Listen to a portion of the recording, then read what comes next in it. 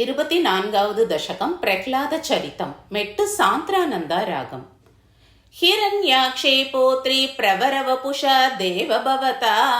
हते शोकक्रोधग्लपितधृतिरेतस्य सहजः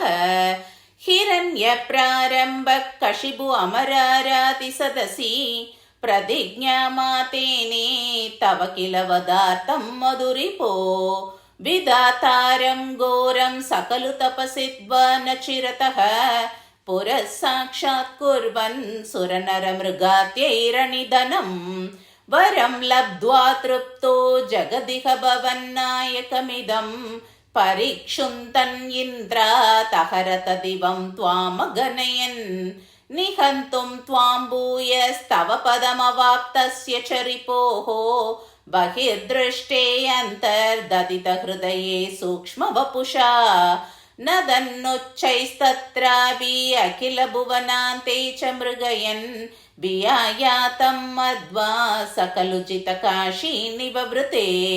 ततोऽस्य प्रह्लाद समजनिसुतो गर्भवसतौ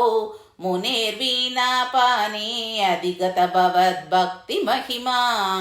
स वै जात्या दैत्यो शिशुरपि समेत्य त्वयि रतिं गतस्त्वद्भक्तानां वरद परमोदाहरणतां सुरारीणां हास्यं तव चरणदास्यं निजसुते सदृष्ट्वा दुष्टात्मा गुरुभिरशि शिक्षश्चिरममुं गुरुप्रोक्तं चासौ इदमिदमभद्राय दृढमिति अपाकुर्वन् सर्वं तव चरणभक्त्यैव ववृते अधीतेषु श्रेष्ठं किमिति परिपृष्ठेत तनये भवद्भक्तिं वर्यामभिगदति पर्यागुलधृतिः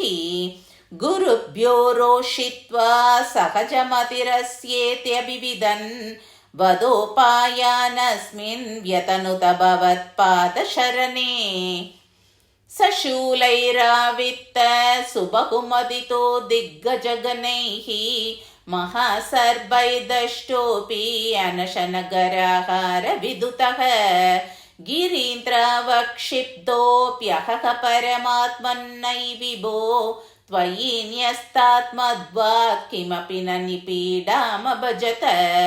ततः शङ्काविष्टो स पुनरतिदुष्टोऽस्य जनको गुरुत्या तद्गेहे किल वरुणपाशैस्तमरुण गुरोश्चासान्नित्ये स पुनरनुगान् दैत्यतनयान् भवद्भक्तेस्तत्त्वं परममपि विज्ञानमशिषत् पिता शृण्वन् बालप्रकरमखिलं त्वत्स्तुतिपरं रुषान्तप्राहैनं हुलकतककस्ते बलमिति बलं मे वैकुण्ठ तव च जगतां चापि सबलं स एव त्रैलोक्यं सकलमिति धीरोऽयमगदीत् अरे क्वासौ सकलजगदात्मा हरिरिति प्रपिन्ते स्म स्तम्भं चलितकरवालोदिति सुतः अतः पश्चात् विष्णो न हि वदितुमीशोऽस्मि सहसा कृपात्मन् विश्वात्मन् पवनपुरवासिन् मृडय मां श्रीहरये नमः। सर्वत्र गोविन्दनाम संकीर्तनं गोविन्द गोविन्द।